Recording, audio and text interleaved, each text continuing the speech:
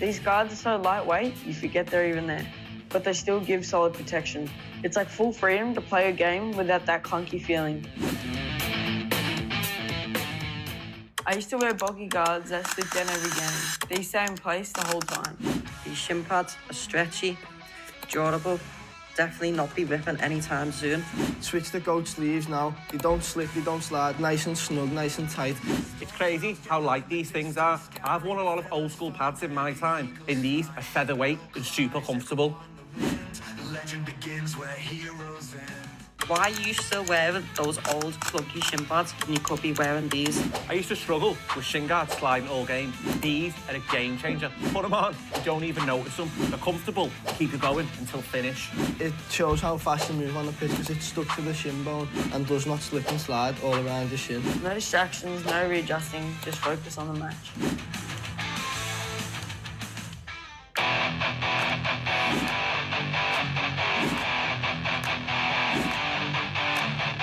What I like about these is you can wear them all day. Training, recovery, travel, they never lose shape.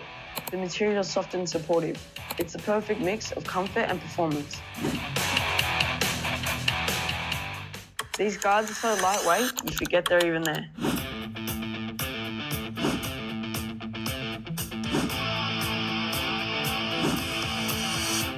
These guards are so lightweight, you forget they're even there, but they still give solid protection.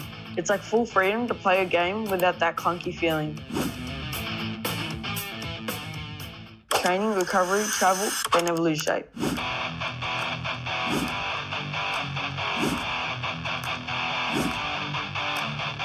What I like about these is you can wear them all day. Training, recovery, travel, they never lose shape. The material is soft and supportive. It's the perfect mix of comfort and performance.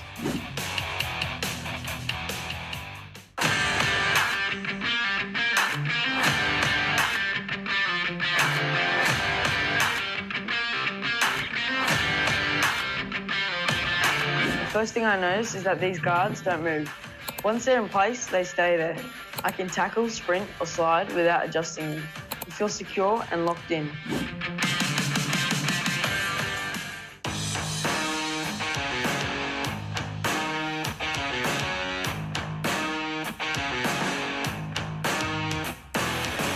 My first impressions of the GOATS guards, honestly, super light and super clean. Straight away, you can tell they're built to move with you. No bulk, just sleek protection that actually feels pro. These guards don't move.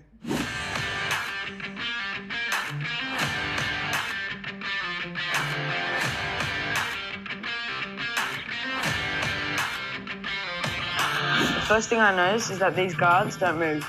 Once they're in place, they stay there. I can tackle, sprint, or slide without adjusting them. You feel secure and locked in.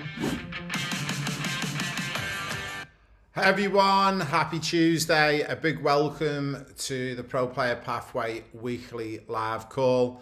I hope you're all well. We've got quite a few online already. As ever, guys, if you're watching via YouTube, just make sure you're subscribed, and in that way you can drop in your questions. I am going to jump straight into school. We did put up a little bit of a post yesterday asking for some questions, and it's really good to see that we got quite a few questions in there.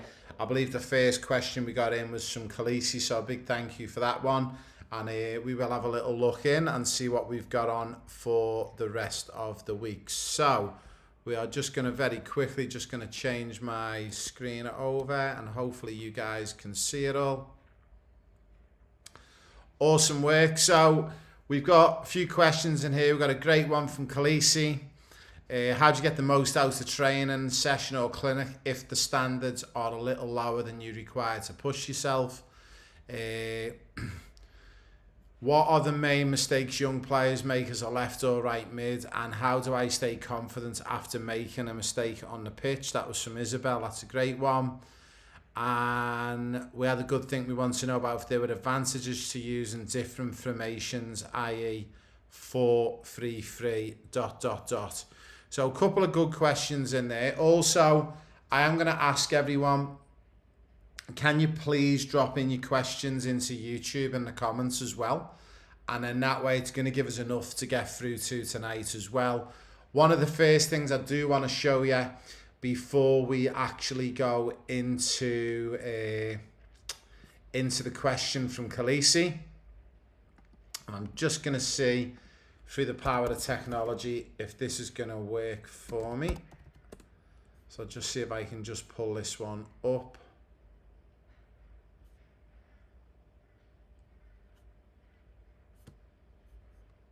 Just bear with me while I just pull this one up. Live weekly call.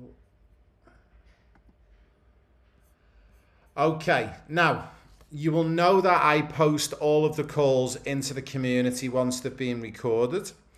And one of the bits of feedback that we had was asking if there was a way of getting some information on what the actual video is about rather than watching it all the way through.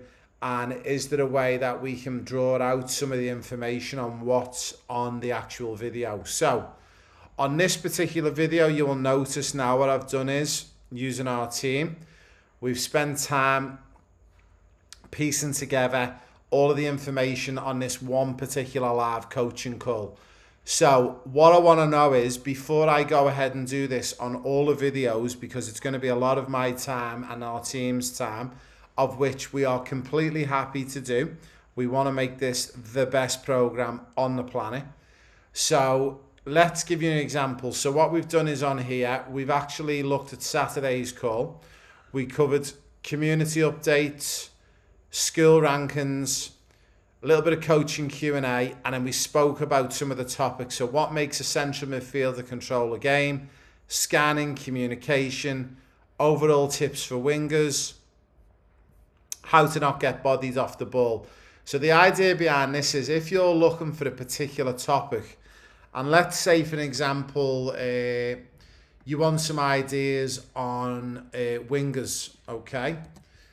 So if we come off this particular call, and if we just jump back into the community, if we do a search in here, let's say if we do a search for tips for wingers, it'll then show you the areas that include tips for wingers. So straight away, now it should also, if we just put in the word wingers or wide players, it should pull up that video as well.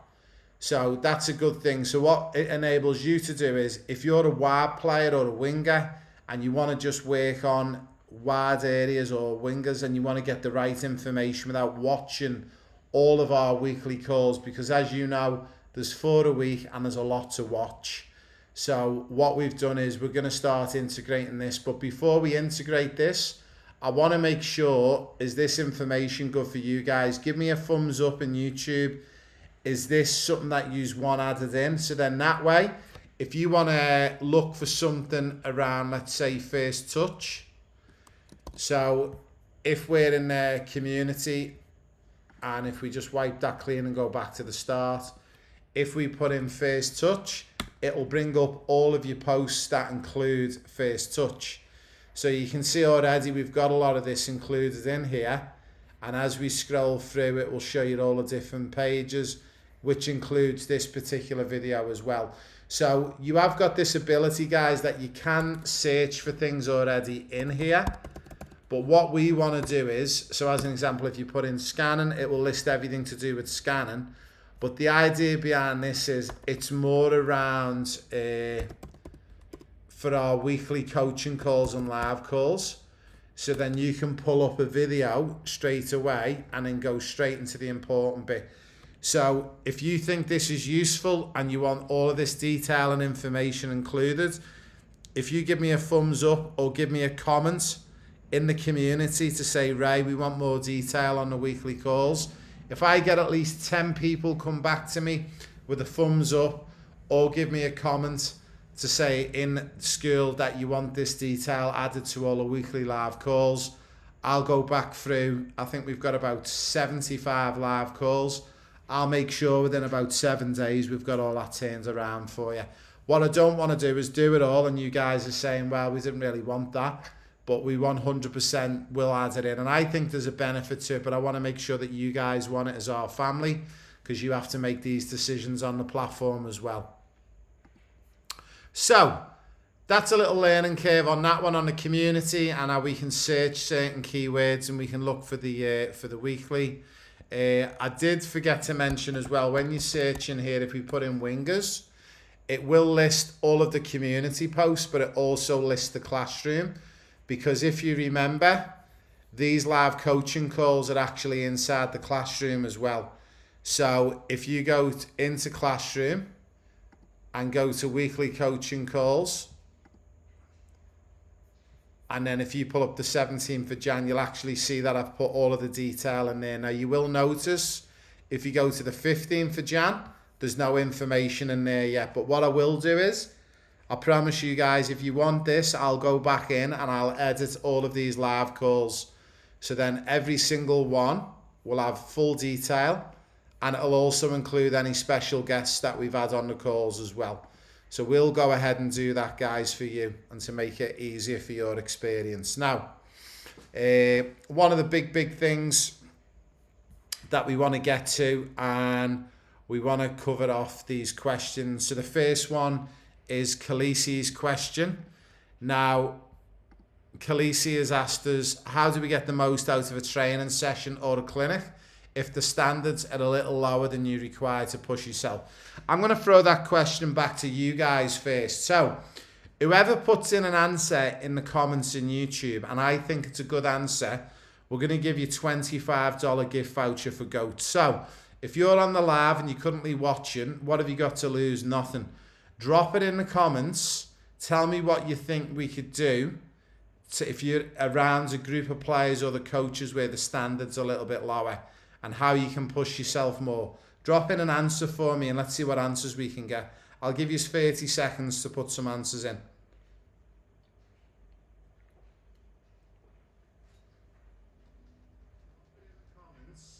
Tell me what you think we could do if you're around a group of players or the coaches where the standards are.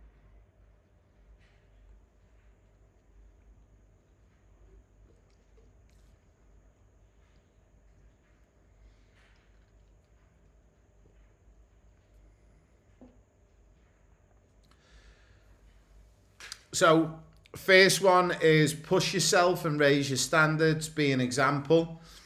It's a good answer, but for me, you should always have high standards and you always should be pushing yourself.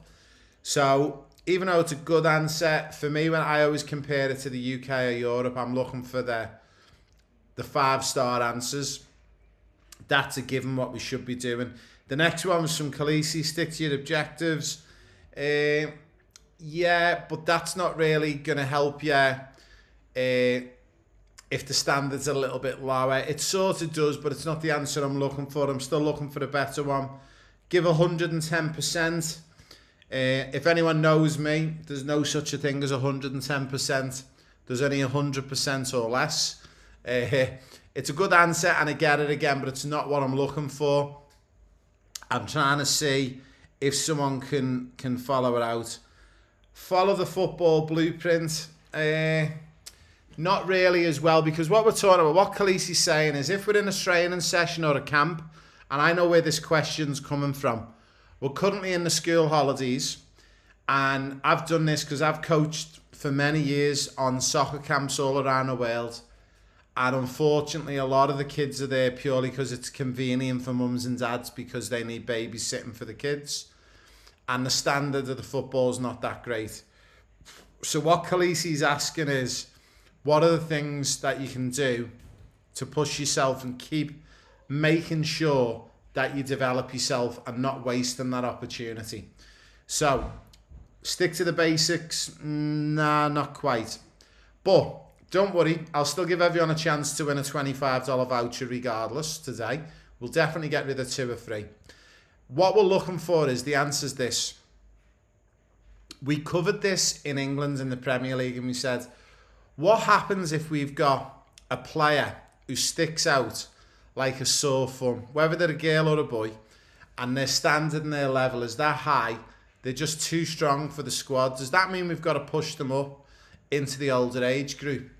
Now, what we said was, well, yeah, that's an opportunity, but if you're in a camp or a clinic, What happens if you haven't got an opportunity to be pushed up an age group?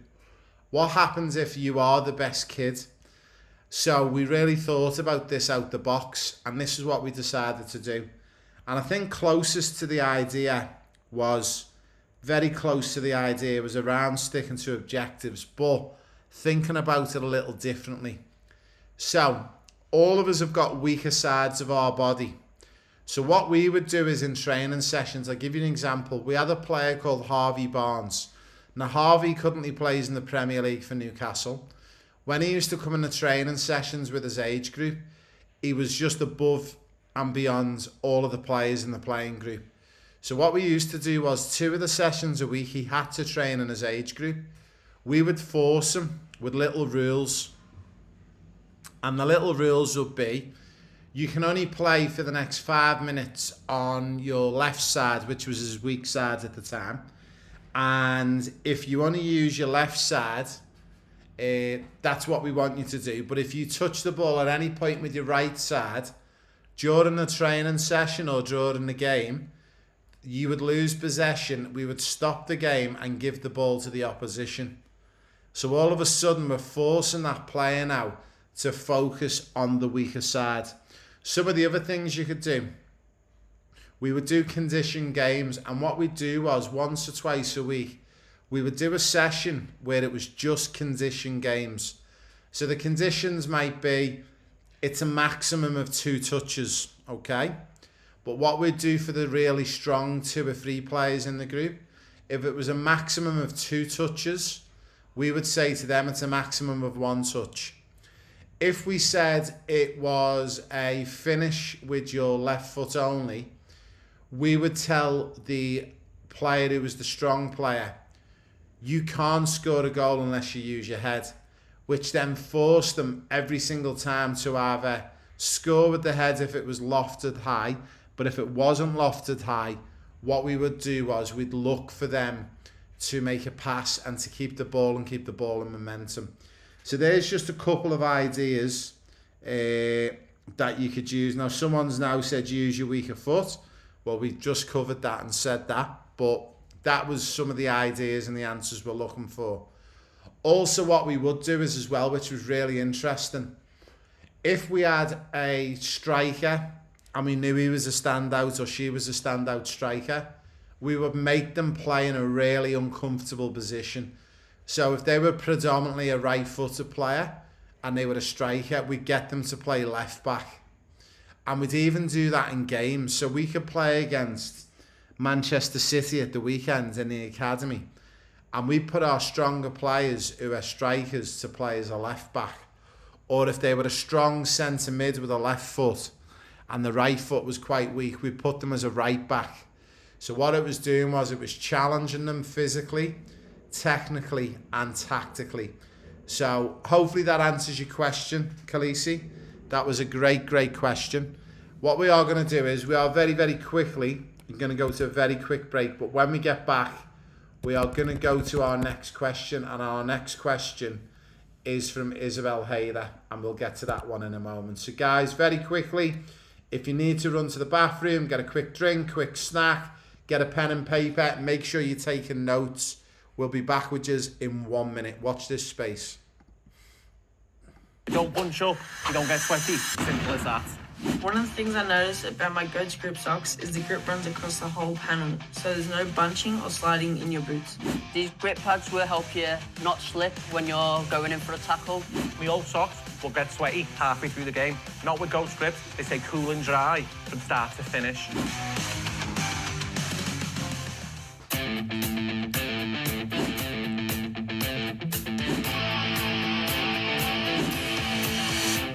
These guards are so lightweight, you forget they're even there, but they still give solid protection.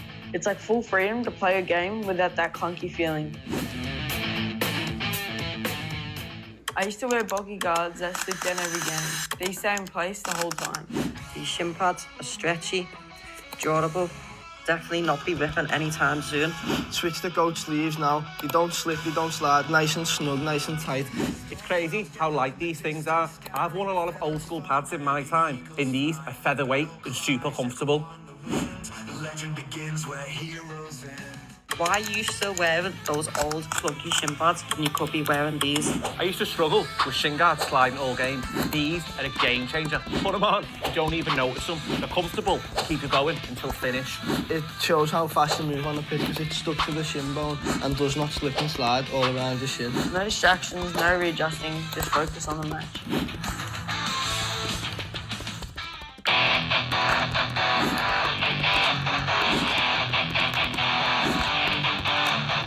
What I like about these is you can wear them all day. Training, recovery, travel, they never lose shape. The material is soft and supportive. It's the perfect mix of comfort and performance. These guards are so lightweight, you forget they're even there.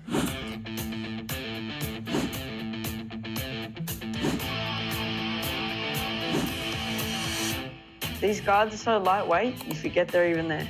But they still give solid protection. It's like full freedom to play a game without that clunky feeling. Training, recovery, travel, they never lose shape.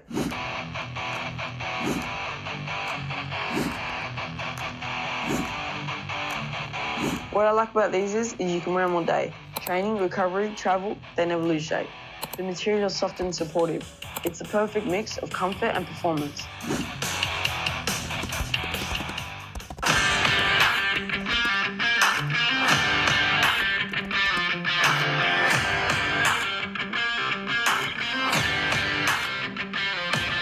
The first thing I notice is that these guards don't move. Once they're in place, they stay there. I can tackle, sprint, or slide without adjusting them. You feel secure and locked in.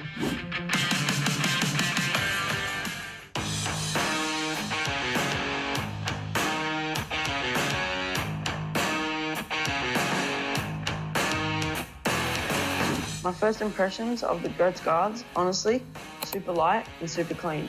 Straight away, you can tell they're built to move with you. No bulk, just sleek protection that actually feels pro. These guards don't move.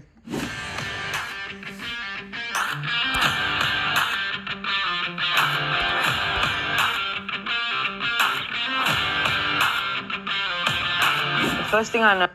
Everyone, thank you for coming back. So we're going to hop straight back in to our skill platform. We'll just see if we can link us across. Amazing. And we should be just there.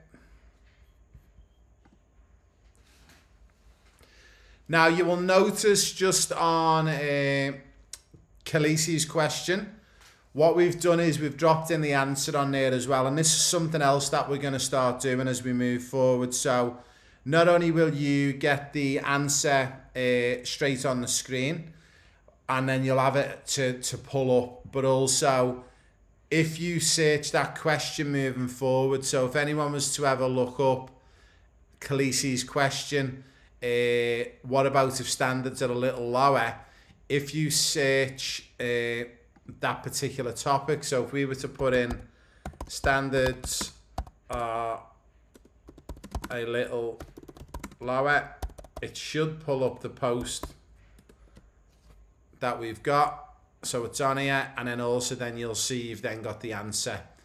So what I've done is I've hopped straight in and we've put the answer straight in for Khaleesi on there, but that answer's in there for everyone to see. So train on your weaker foot or your weaker side, limit touches, play out of position, set personal constraints. So again, if you're in a camp or a clinic, you can set it to yourself, and then also lead the session communication. Now, the next one we're going to look at is Isabel Hayder. What are the main mistakes young players make as a left or right mid, and how do I stay confident after making a mistake on the pitch? So best way to sort of answer this one, this is a great one as well, and I've sort of broken it down into a few areas. So one of the big mistakes, I think what we've got to think about is when we talk about a left or a right sided midfielder, if you can drop it in the answers, the first person to drop this answer in the comments will win a $25 voucher. And this is what I want you to think about. What are some of the mistakes left and right midfield players can make? Well, let's think about it this way. What are the mistakes they can make? And think about what is a wide player there to do? okay? So if you can drop an answer into the YouTube, into the community chat, and give me some of the answers, what you think are the main mistakes young players make as a left or right mid, and how do we stay confident? So if you can list me a good mistake that a left or right mid makes, and I'm looking for one particular thing. So think about what the question's asking, but actually think about what the job of a left or right mid is to do, and what are you there to do on the pitch. And then think about it that way for the mistake.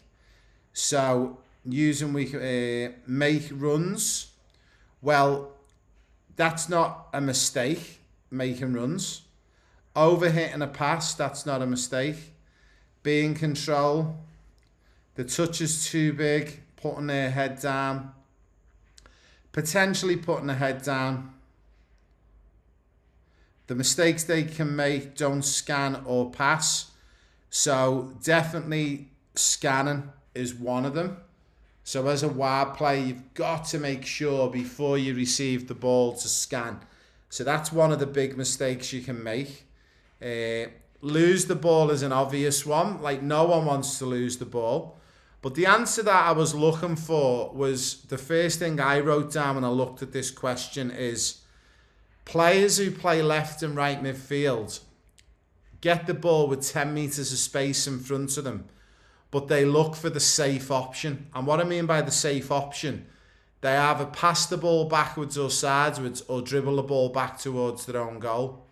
So that's a huge mistake you can make, and that's all around playing it safe. When you're a wide player, you're not there to play the ball safe. So I'll do you a little diagram. I'll just connect up my screen just to walk you through this little scenario.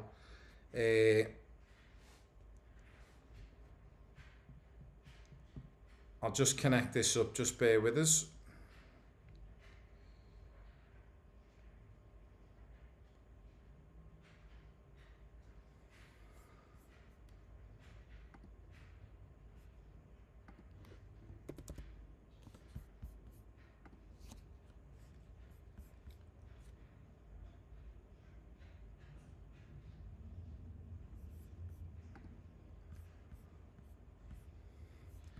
So when we're talking about playing it safe, let's imagine that we are going in this direction. This is our goalkeeper. And let's imagine you're playing in this position here. You're playing in the left side of midfield. You've just received the ball. The ball's in front of you. And you've got maybe a defender there. And then we've got some midfielders in there. And then we've got attackers spread across. Now, the mistake that these wide players make for me is not actually looking, what are you trying to do as a midfielder? And what you're trying to do as a left or a right midfielder is to get yourself in a situation where you're in what's called a 1 versus 1. And how you get yourself in a 1 versus 1 here, quite simply, is driving the ball at this defender, and this is going to put you in a 1 versus 1 situation. So one of the biggest mistakes midfielders make, wide midfielders make, is by staying safe or playing safe. And this is the biggest mistakes that we can make, okay? So next things, dribbling without purpose. So dribbling the ball just needlessly towards players without actually a plan. So as a wide player, is this particular option here a plan? The answer is yes, because we're trying to get in a 1 versus 1 situation. It's just dribbling the ball needlessly towards, going sideways in this direction. A bit of a plan? No, it's being predictable. And a poor end product, okay? These are one of the other big mistakes that wide players can make. Crossing without looking. So we covered this one with Shooty a little bit. He said scanning. So remember, when we receive the ball, whether we receive the ball here, or here, or here, wherever we receive the ball, and if we're going in this direction, we need to make sure, if we imagine we're receiving the ball here, we've got to scan before we receive. Then as we're driving forward, we should be scanning all the way up. Then we keep moving and we've drove ourselves all the way in, we should be scanning. And before we get the idea to cross the ball, we might be running to the byline. Before we get there, we scan again. And then we're scanning because we've now decided we're going to pull it back to zone 14 so one of our attackers can get a shot on goal. Okay? So we need to focus on no poor end product and also predictability. Don't be predictable. How do we not be predictable? One of the biggest mistakes that a wide player makes is they don't change two things. The first person to put the answer into YouTube, what are the two things that a player needs to change? What are they? The first person to type the answers in and say both of them, you'll win a $25 voucher with Shooty. Shooty's already got one. I think it was Shooty anyway for scan. Put it in the YouTube comments for me. So what are the two things that a player's got to change? Let's see who's got the answer for a wide player. All right, Mr. Ramich, you were in first. Change speed and direction.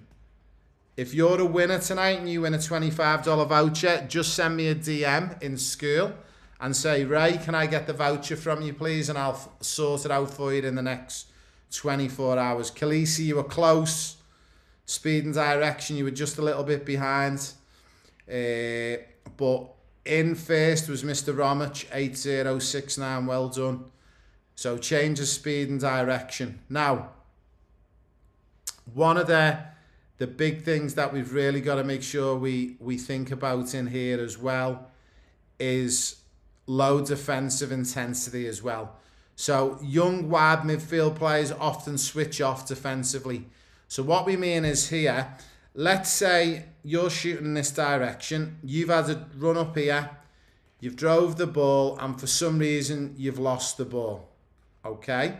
One of the biggest mistakes, and we spoke about this the other day, this is what we call transition. So we're transitioning from BP to BPO. All right? Again, another $25 voucher for GOAT. What does BP mean? And what does BPO mean?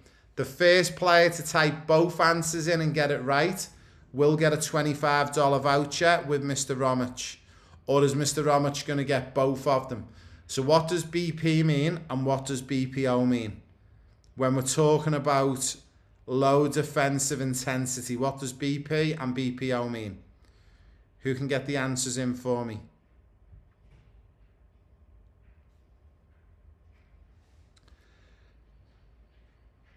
Oh, so Mr. Ramich, well done. You've got yourself $50 voucher. You've got two $25 vouchers. You were in as fast as anything. So the answer is ball possession and ball possession opponents. Okay. So going back to midfielders, low defensive intensity, young wide mids often switch off. What that means is you've had the ball up here, you've lost it, now you forget to transition. You need to make sure, as soon as we lose the ball, what's your job? Your job is to get in, behind the ball, and give your team a numerical advantage, okay? This is what we're looking for, a numerical advantage. And this is all we're looking for. So how to stay confident though after making a mistake to help the wide players out. Instant reset. This is about this transition. Body language matters big time. Okay, win the next duel. And remember your role. Remember as a wide player, okay, your job is to create chaos. And guess what? When we create chaos, okay, mistakes are a byproduct of chaos. And the more mistakes we make, the better we get at chaos, okay? And that's why wide players and attacking players are what we call a dime a dozen. They are the players that every coach loves to have, because you're the players that are going to change the game. So what I am going to do is now, guys, I'm going to just drop back in a moment, back to my screen. I am going to drop in some notes for you on this one as well. So again, if you want to pull out some of the notes, they're going to be here for you. So what I will do is very, very quickly, I'll drop back into my live screen so you guys can see me and I can see you. It was very, very quickly. I will drop that into the school community for you guys to see as well. So it will, if you have a little nose under Isabel's question, you will now see that there is a great answer and a great reply in there. And I've just realized that you guys are not seeing my screen because I'm not on screen control. So if we have a little look here, you guys should be able to see that answer. So I've broken the answer down for you and it includes all of it in there, guys. So hopefully that will help you a little bit. Now what we are going to do is, guys, we are going to go to one more very, very quick break. When we get back, I'm going to have a little look at maybe, let me see, as a wide player and attacker, how do I time my runs in the box to always be there at the right time? Xavier's one is around advantages to formations. I'm not going to cover that one today, Xavier, because I want to really focus on individuals and individualized performances, not really the tactics of a 4-4-3. However, this will become a topic for Saturday because we are going to start splitting up the weekly live calls to have a little bit of an area of sort of coverage. And I'm going to start covering things like formations and game plans for coaches and players on a Saturday. Matthew's of one, how do I improve my first time finishing in the box, receiving from across as a wide player, aerial and on the ground? I do love that one, and I think, Matthew, I'm going to help you with that one. What we are going to do is, guys, we are going to go very quickly to a break. When I come back, we'll answer Matthew's second question, and then we will check on YouTube to see if there's any questions in there. And we will get you all back in the next minute. So, guys, you've got about 60 seconds. Go and get yourselves another quick drink, snack, pen and paper, and we'll be back for our last 20 minutes in a few seconds. Don't bunch up, you don't get sweaty. Simple as that. One of the things I noticed about my Goats grip socks is the grip runs across the whole panel, so there's no bunching or sliding in your boots. These grip pads will help you not slip when you're going in for a tackle. My old socks will get sweaty halfway through the game. Not with Ghost Grips, they stay cool and dry from start to finish.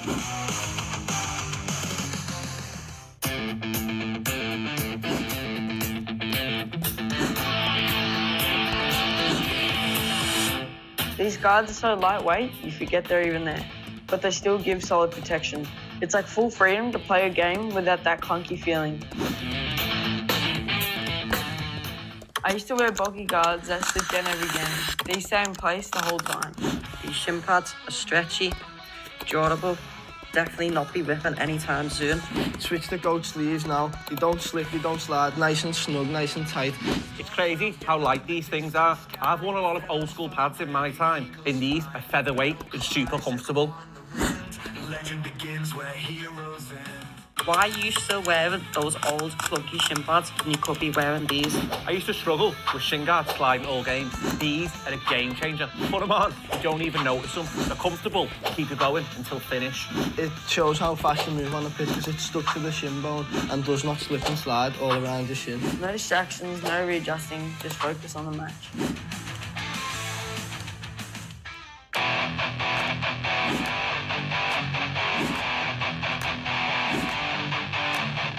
What I like about these is you can wear them all day. Training, recovery, travel, they never lose shape. The material is soft and supportive. It's the perfect mix of comfort and performance. These guards are so lightweight, you forget they're even there.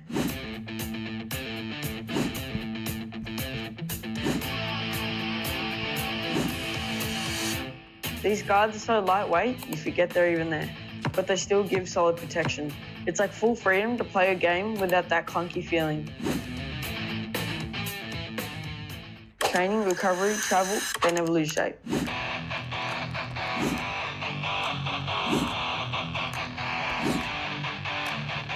What I like about these is you can wear them all day. Training, recovery, travel, they never lose shape. The material is soft and supportive. It's the perfect mix of comfort and performance. Questions tonight as ever. So I'm just going to do this little transition back across, and hopefully you guys can see my screen. Where are we? What have I done here? Sorry guys, bear with me 1 second.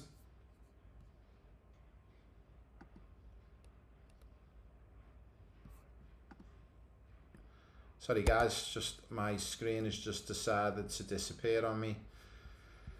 There we go. I should just get this back on now. Here we go, here we go. Transition. Hopefully everyone's seeing my screen. There we go. Okay, so Matthew, how do I improve my first time finishing in the box, receiving from across as a wide player? This is a great question. It's one that I've actually answered recently in one of the other calls, but I will go over it a little bit for you, just to explain a little bit and the best way to sort of answer this one for everyone. So the best way, and I'll give you an example again, and this is a great one that we done when I was at Leicester City, but also at Liverpool, and we've spoken a little bit tonight, but on another call about condition games. And one of the great ways, what you can do is, Matthew, is when you're at group training, have a chat with your coach and just say, look, if we're going to do any condition games or finish with a game, can we finish with a game with a condition? And the condition could be something as such as a one-touch finish only. So what that's going to do is, as a first time finishing in the box, the thing that we want to take away from opposing players is time. And how do we take time away from them? Well, we certainly don't want to be taking a touch inside the box. We want to finish it first time. But what you could do is you can impose little rules. So you can say to your coach, and this is like, guys, don't think this is like just for the kids. This is for adults. Like, I've seen it happen. Like, I've watched Manchester City last season first team train with Pep Guardiola. And one of the rules and conditions was, if you finished first time with 1 foot touch finish inside the 6-yard box, it was 5 points. If you scored inside the 18-yard box, so outside the 6-yard box, with a 1 touch finish, it was 3 points. And if you scored with more than 1 touch, it was only 1 point. And this is like Manchester City who play in the Premier League. So that's just an idea. One of the other ones is as well, what you can add into the game as well, you can say if you score with your head, it's 10 points. So all of a sudden, when the wide players start getting wide, what are they going to start to do? They're going to start lofting the ball in high because they want you to get on the end of the header and score. But what it does is it actually teaches not only you to finish with your head, but it teaches the wide players on how to cross the ball effectively. And it becomes chaos and it looks messy. But again, if things look chaotic and messy, that's when development's happening and that's when everyone's learning. So with the scoring system, you could go 1 point, 5 points, 3 points. You can make up the points as you go along, but try and make it really inventive so there's a big advantage trying to score with a one-touch finish or with your head. One of the other things that you can look at as well is improve your movement before the finish. So one of the big things I could encourage you to do is maybe making what we call a dummy run. So making a run into the box, Matthew, and then making a run out the box to try and pull a defender with you. And then you go back in and attack. Now again, this only works, and I'll put my screen up to show you this one. This again only works if you are doing this with the change of speed and the change of direction. So I'll give you an example. Well, imagine Matthew's team is shooting this way and Matthew's making a run into the box like this. But what Matthew does is he then makes a run, and it might be a slow run back out to here. And then hopefully that defender here has followed him out there. Now, in the event the defender hasn't followed him out, what he can then do is then when he makes his run back in, he's done a couple of things. He's gone out slow. He's changed direction on the edge of the 18-yard box here. And then on the way in, he's then changed speed. So they're the key things to think about. Go in slow, come out slow, change direction, and then change your speed as you go along. And that would be my top tip and my good little bit of advice on that one for you. Now, also what you can think about as well is body shape and thinking about, for ground crosses, you need to open your body more and aim for the strike to go across the keeper. So I'll give you a very quick example of this one. So making sure you're opening your body up to receive the ball. So let's imagine the goalkeeper's in here and we've got goal post and goal post, okay? So this is our net that we're trying to score into across there, okay? Open your body, and what I mean by open your body, have your body open. If this is you, your line of vision is this. That's your line of vision. This is what you can see. This is an open body. And it's going to enable you then with your right foot, whether you're a right foot or not, if you're on the left side, you should always be looking to take your chances from here. So from here, with a nice open body, you should be taking your shot across the goalkeeper, low and hard into that corner. And I would always encourage your right foot from there, quite simply because with your right foot, you can add the two key ingredients to scoring. You can add power. And you might go, but I can do that with my left foot, but you can't, because you can't do this. And add bend, because we want to bend the ball with power and get it into that far corner across the goalkeeper. And the only way we do that is by adding in, okay, the power and the bend, okay. And the last one that I will cover off on this, and there's a couple of areas we can think about scanning and scanning early, but also a great way to train this one, Matthew, and it goes back into that question that we got a little bit earlier on about if you're in a clinic or a camp and you're trying to challenge yourself, you could fatigue yourself to make this harder. Now you might go, well, how can I fatigue myself in a training session? Easy.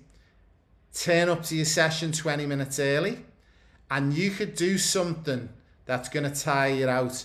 Now, the first person who puts the answer in and the answer that I'm looking for, you're going to win our final $25 voucher for GOATs.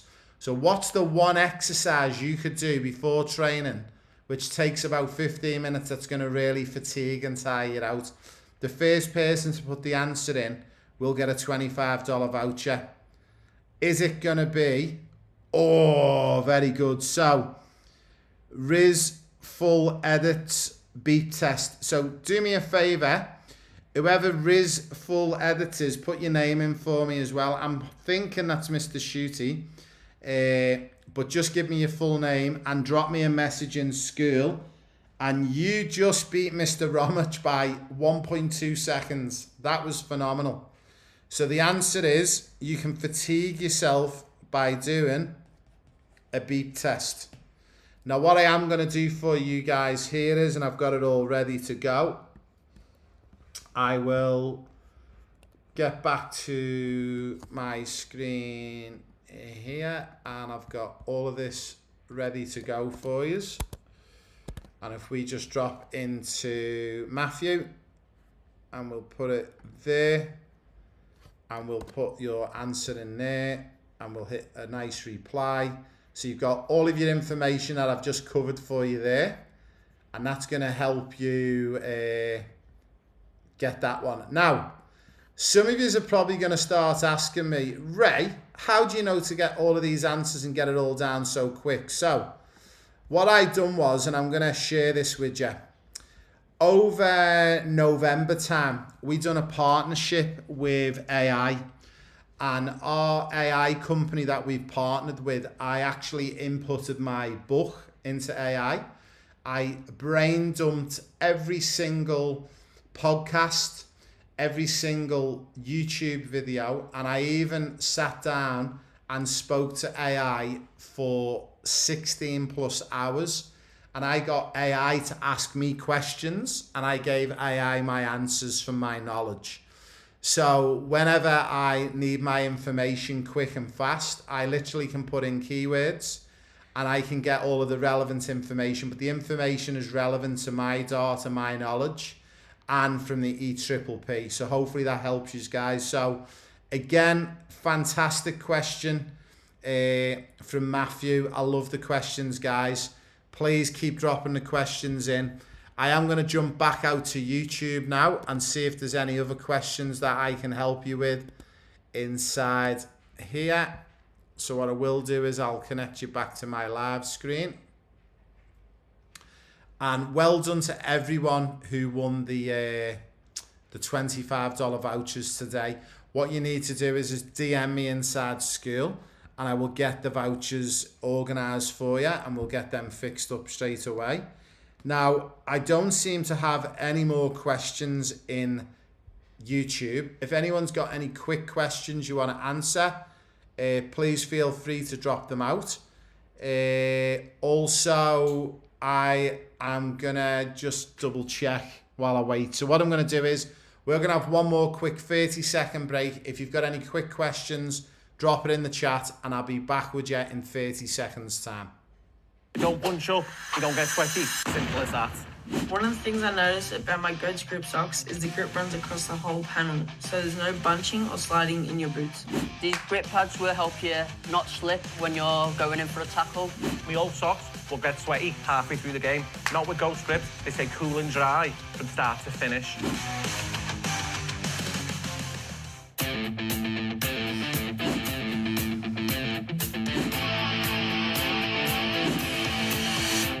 These guards are so lightweight, you forget they're even there, but they still give solid protection. It's like full freedom to play a game without that clunky feeling. I used to wear bulky guards that slip down every game. These stay in place the whole time. These shin pads are stretchy, durable, definitely not be ripping anytime soon. Switch the goat sleeves now. They don't slip, they don't slide. Nice and snug, nice and tight. It's crazy how light these things are. I've worn a lot of old school pads in my time. In these, are featherweight and super comfortable. Legend begins where heroes end. Why are you still wearing those old clunky shin pads when you could be wearing? Hi everyone, welcome back. Now I did get one more question there. Thank you for this one. So how do you always be in the right place at the right time in the box? So I'm going to give you this two answers for this. You already know one of them, right? Scanning is your best friend. Imagine scanning is your new best friend in a game of football. That way, whether you put a piece of tape on your wrist and you write it on, you're never ever going to forget who your best friend in football is. And your best friend is 100% all day long. Your best friend is always scanning. So the reason why scanning is so super important, and it's really important that you stay friends with scanning, is because what we need from you to do is scan at every single moment. Now, the second answer to that question is always looking to be in between the lines of the players, and that is the best place to be. So very, very quickly, what I will do is I'll go back to my drawing board really fast, and I'll give you a very quick example of this before we finish for the night. So if I just share my screen back here, and if we go there, I'll just put this up quickly.